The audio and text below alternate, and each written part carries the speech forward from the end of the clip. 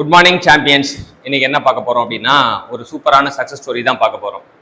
So நம்ம முன்னாடி ஒரு டெக்னிக்கல் சாம்பியன். ஸோ யார் அப்படின்னா கணேஷ். ஸோ கணேஷோட ஜேர்னி வந்து ஒரு பியூட்டிஃபுல்லான ஜேர்னி.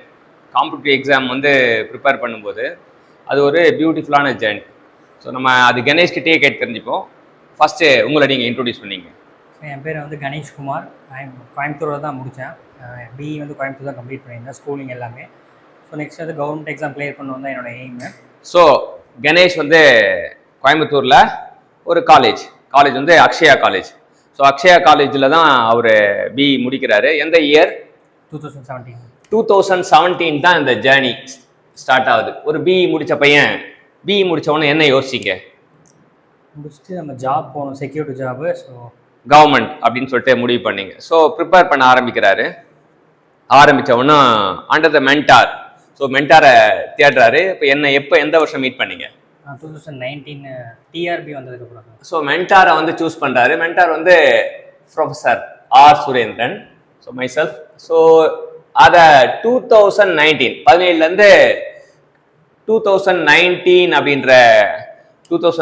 அப்படின்றத மீட் பண்ணுறாரு.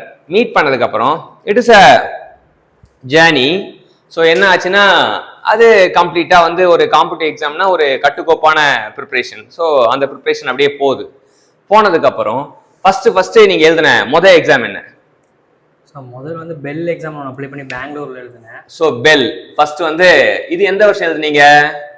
ஆக்சுவலாக அது அப்புறம் உங்களுக்கு மீட் பண்ணுறதுக்கு முன்னாடி. ஸோ பிஃபோர் 2019 ஃபர்ஸ்ட் வந்து பெல் ஸ்டார்ட் ஆயிடுச்சு. இதை வந்து பெங்களூரில் போய் எழுதியிருக்காரு. இது இப்போ என்னன்னா நாட் ஓன்லி சக்ஸஸ் ஸ்டோரிஸ், என்னென்னலாம் அவேர்னஸ் இருக்குது, என்னென்ன எக்ஸாம் இருக்குன்னு தெரிஞ்சுக்கவும் நம்ம யூஸ்ஃபுல்லாக இருக்கும்.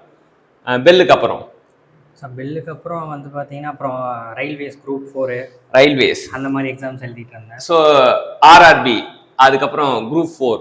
ஸோ இதெல்லாம் வந்து ட்ரை பண்ணி பார்த்துருக்காரு. அதுக்கப்புறம் தான் என்ன மீட் பண்ணது. ஸோ ஜேர்னி வந்து 2019 அகெயின் வந்து ஃப்ரெஷ் ஜேர்னி. ஸோ அதுக்கு 2017 19 வரைக்கும் வித்தவுட் மென்டார், 19க்கு அப்புறம் வந்து வித் மென்டார். ஸோ 19க்கு அப்புறம் வந்து போகுது. அதுக்கப்புறம் எழுதின எக்ஸாம் டிஆர்பின்னு நினைக்கிறேன். ஸோ டிஆர்பி வந்து போஸ்ட்போன் ஆகி 2017 நடந்த எக்ஸாம் அது கேன்சல் ஆகி 2017 வந்து அப்போதான் முடிச்சதுனால எழுதியிருக்க மாட்டார். 2021 அப்போ எக்ஸாம் எழுதியிருக்காரு. ஸோ டிஆர்பியில் எவ்வளோ ஸ்கோர் பண்ணீங்க? 110 கிட்ட ஸ்கோர் பண்ணாரு. கொஞ்சம் நூலில அது மிஸ் ஆச்சு, டிஆர்பி மிஸ் ஆகணும். அடுத்தது என்ன அப்படின்றது தான் வந்து இது. ஸோ வீட்டில் வந்து வேலைக்கு போக சொல்றாங்க, இது இருக்கு.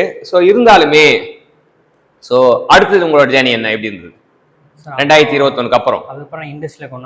இண்டஸ்ட்ரி ஒரு பிரைவேட் இண்டஸ்ட்ரியில ஒர்க் பண்ணிட்டு இருந்தாரு. எது வரைக்கும்? கிட்டத்தட்ட ஒரு 8 months ஒர்க் பண்ணிட்டு இருந்தாரு. ஸோ 22 வரைக்குமே வந்து ஸோ பிரைவேட் இண்டஸ்ட்ரியை நோக்கி போறாரு. சரி, எப்படி இருந்தாலும் வந்து பொருளாதாரத்துக்கு நம்ம எக்ஸ்பீரியன்ஸுக்கு வேணும் இல்லையா? ஸோ அந்த ஜேர்னி வந்து 2022 வரைக்கும் போச்சு. 22க்கு அப்புறம் ஒரு எக்ஸாம் கிளியர் பண்ணியிருந்தேன், ஏஇ. அது 1:3 செலக்ட் ஆயிருந்தேன். என்ன எக்ஸாம்? ஏஇ டிஎன்பிஎஸ்சி 22 தான். 22லயே டிஎன்பிஎஸ்சியில் ஏஇ வந்து 1:3 அந்த கட் ஆஃப் குள்ள வந்து உள்ள வந்திருக்காரு. ஸோ கட் ஆஃப் குள்ள வந்தோன்னு ஒரு நம்பிக்கை வருது. ஸோ நம்பிக்கை என்ன பண்ணுதுன்னா, அந்த நம்பிக்கை வந்து ஓகே நம்ம வந்து வெற்றியை நெருங்கிட்டோம்னு சொல்லிட்டு ஒரு நம்பிக்கையை கொடுக்குது.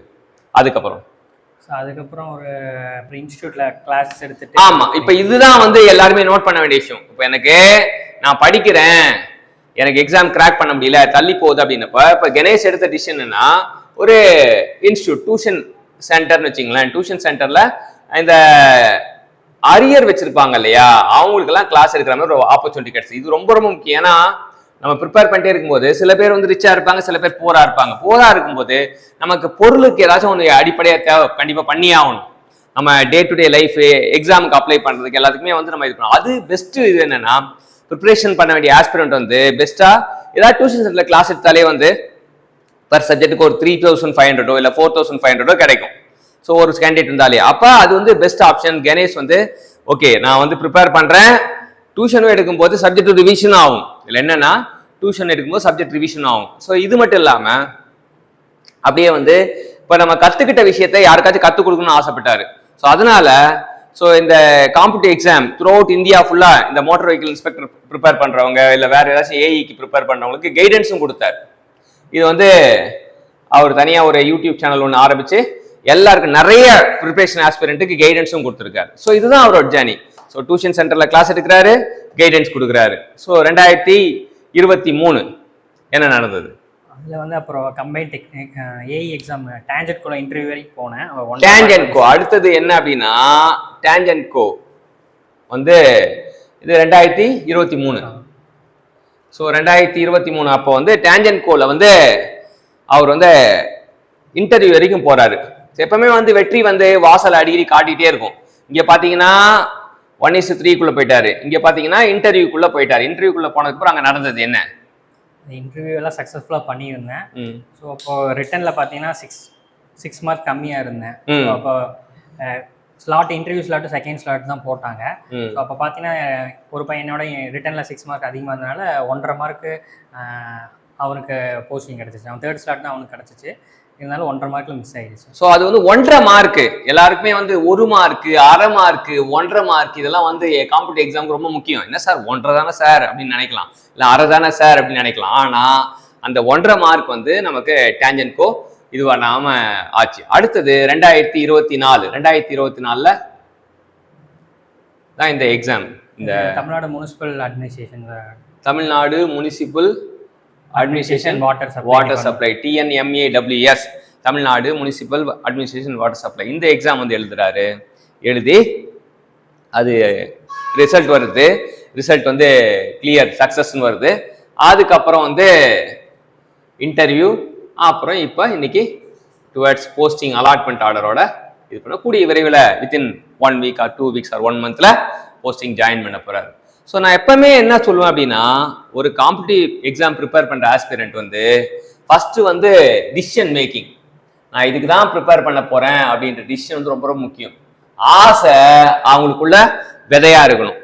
ஆசை கண்டிப்பா இருந்தாதான் ஆசை தான் வந்து முளைக்க ஆரம்பிக்கும். அடுத்தது you have to choose the mentor for the right guidance.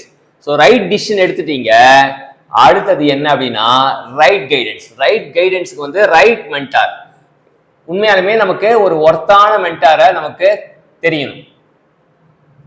அப்புறம் ரைட் கைண்ட் ஆஃப் ப்ரிப்பரேஷன் கன்சிஸ்டண்டா வந்து நம்ம ப்ரிப்பேர் பண்ணிட்டே இருக்கணும். அப்படி ப்ரிப்பேர் பண்ணும்போது என்ன ஆகும்னா டுவர்ட்ஸ் சக்சஸ் ஜேர்னி வந்து நமக்கு ஈஸி ஆயிடும். ஸோ இதான் வந்து ரைட் ஃபார்முலா.